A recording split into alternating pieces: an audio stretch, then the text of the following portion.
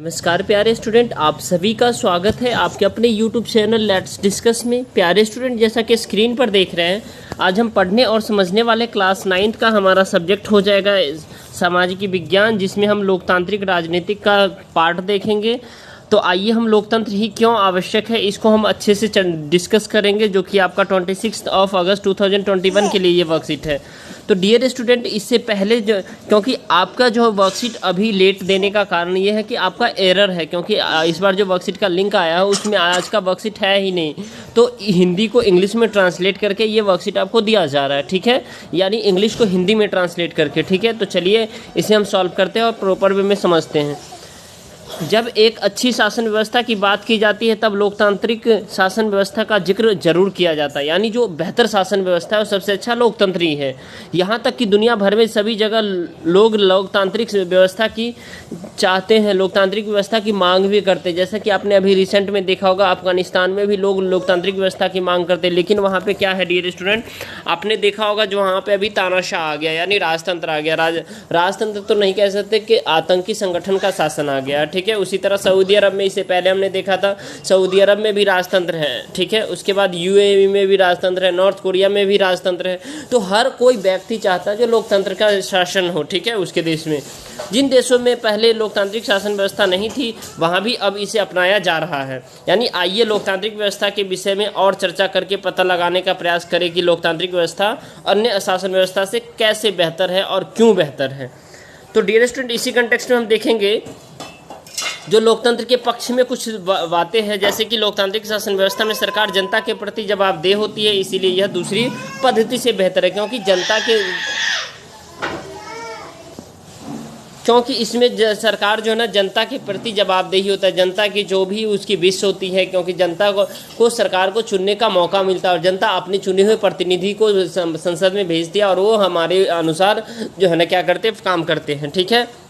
लोकतंत्र में ज़्यादा लोग चर्चा में भाग लेते हैं, जिससे कि गलतियां की गुंजाइश कम हो जाती है। बहुत सारे लोग इसमें भाग लेते हैं और गलतियां की गुंजाइश कम हो जाती है। कैसे? क्योंकि अप्रत्यक्ष रूप से भी और प्रत्यक्ष रूप से भी भाग लेते हैं, ज़्यादा अप्रत्यक्ष रूप से कम प्रत्यक्ष रूप से, ठीक है, और बेहतर निर्णय लेने की संभावना बढ़ती है। लोकतंत्र मतभेद और टकरावों का संभालने का तरीका उपलब्ध कराता है, यानी मतभेद दो आपस गुट में भी मतभेद है तो उसे भी आसानी से हैंडल कर देता है। उसके बाद जो है ना लोकतंत्र जो है ना आपसी संबंध का भी जो है ना ये अच्छा सॉल्यूशन है किसी को, और इसमें लोकतंत्र में भी सर्वोपरि होती है संविधान, ठीक है। अब देखिए, लोकतंत्र की तरह विविधता वाले देश में भी लोकतंत्र ही एकजुटता बनाए रखता है, यानी विविधता, भारत डाइवर्सिटी है, यहाँ कई धर्म के लोग रहते हैं, कई भाषा बोलते हैं, कई उसकी रहने सहने का कल्चर है, ठीक है, संस्कृति के लोग हैं, फिर भी यहाँ एकता बनाए रखा है। तो ये इसका रीजन एक ही है डियर स्टूडेंट, जो लोकतंत्र है यहाँ, ठीक है। लोकतांत्रिक व्यवस्था दूसरों से बेहतर क्योंकि इसमें हमें चुनी हुई सरकार को बदलने का भी अवसर मिलता है। हम जो चुने हुए सरकार होते हैं हर एक 5 साल पर हम उसे बदल सकते हैं अगर वो हमारे विश के अनुसार काम नहीं करता है। तो लोकतांत्रिक व्यवस्था समानता, न्याय, स्वतंत्रता आदि मूल्यों के द्वारा नागरिकों का समानता बढ़ाते हैं, यानी हमने जो है ना फ्रांसीसी क्रांति से हमने लिया है जो स्वतंत्रता, न्याय और समानता, ठीक है। इसका जो हमने जो है ना एक, क्योंकि फ्रेंच रेवोल्यूशन से हमारे संविधान में ये लिया गया, उसको भी हमें संविधान में ऐड किया गया है। तो आपसे ऐसे भी पूछा जाता है कभी कभी स्वतंत्रता, न्याय और बंधुत्व कहाँ से लिया गया, तो फ्रांसीसी क्रांति यानी फ्रांस से लिया गया है, राइट। उसमें जो है ना लोकतांत्रिक व्यवस्था में हमें सबको समान अधिकार मिलता है फंडामेंटल राइट के थ्रू, यानी मौलिक अधिकार के थ्रू, न्याय मिलता है, स्वतंत्रता मिलती है, बोलने की आज़ादी मिलती है, हम सब जाकर के एक साथ पढ़ते हैं सभी कौम के लोग, ठीक है, चाहे किसी भी जाति धर्म का हो, हम सब, ठीक है। अब आगे देखेंगे मेरे प्यारे स्टूडेंट, इसमें जो लोकतंत्र के खिलाफ कुछ तर्क है। लोकतंत्र में नेता बदलने रहते हैं, इससे भी अस्थिरता पैदा होती है। लोकतंत्र में क्या होता है, नेता बदलते रहते, इससे अस्थिरता पैदा होती है और यहाँ सिर्फ सत्ता का खेल मुख्य है, जिससे कि इसे नैतिकता की कोई जगह नहीं होती है, यानी यहाँ सत्ता का ही खेल होता है। इस लोकतंत्र के खिलाफ यानी लोकतंत्र के में कमी जो है उसको दिखाया जा रहा है, ठीक है। लोकतंत्र व्यवस्थाओं में इतने सारे लोगों में से बहस और चर्चा करनी पड़ती है कि कोई भी पैसा लेने में देरी हो सकती है, फैसला लेने में देरी हो सकती है, और लोकतंत्र में चुनी हुई चुनावी लड़ाई महत्वपूर्ण तथा बहुत खर्चीला होता है, जिससे कि कारण भ्रष्टाचार फैलता है।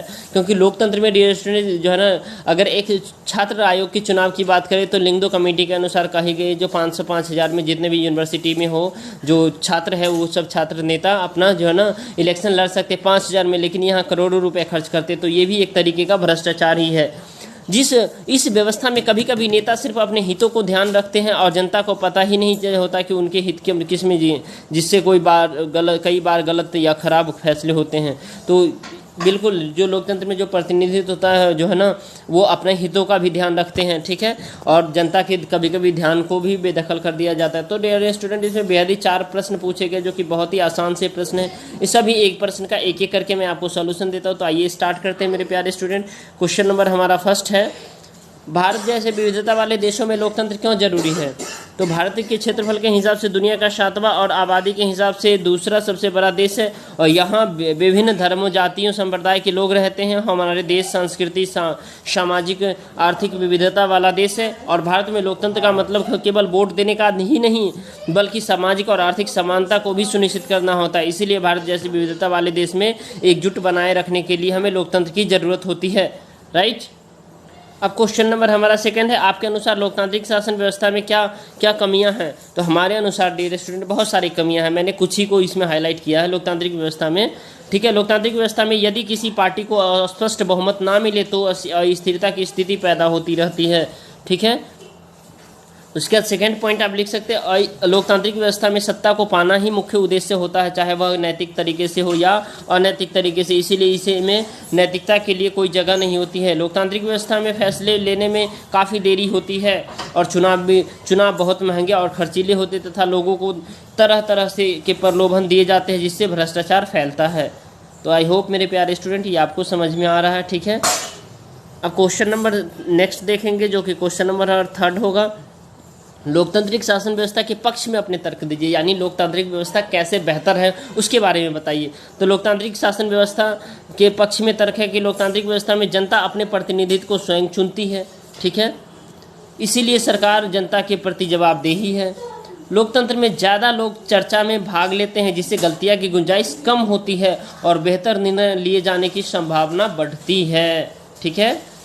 नेक्स्ट है डियर स्टूडेंट, विविधता वाला देश में लोकतंत्र के द्वारा ही एकजुटता बनी रहती है और लोकतांत्रिक व्यवस्थाओं में नागरिकों की समानता, न्याय, स्वतंत्रता आदि आधुनिक सुनिश्चित होती है और लोकतांत्रिक व्यवस्था में जनता को चुनी हुई सरकार को बदलने का अवसर भी मिलता है। उसका नेक्स्ट क्वेश्चन है डियर स्टूडेंट जो कि बेहद ही आसान है, ठीक है।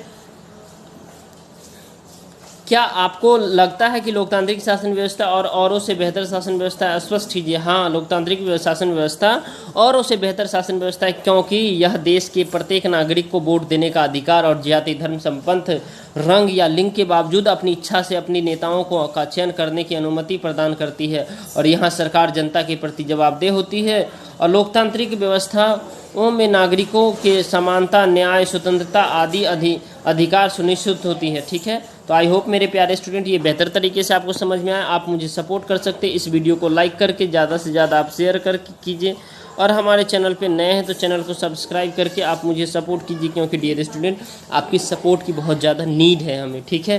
तो चलिए फिर मिलते हैं नेक्स्ट वर्कशीट में, तब तक के लिए bye bye, take care, have a nice day dear student.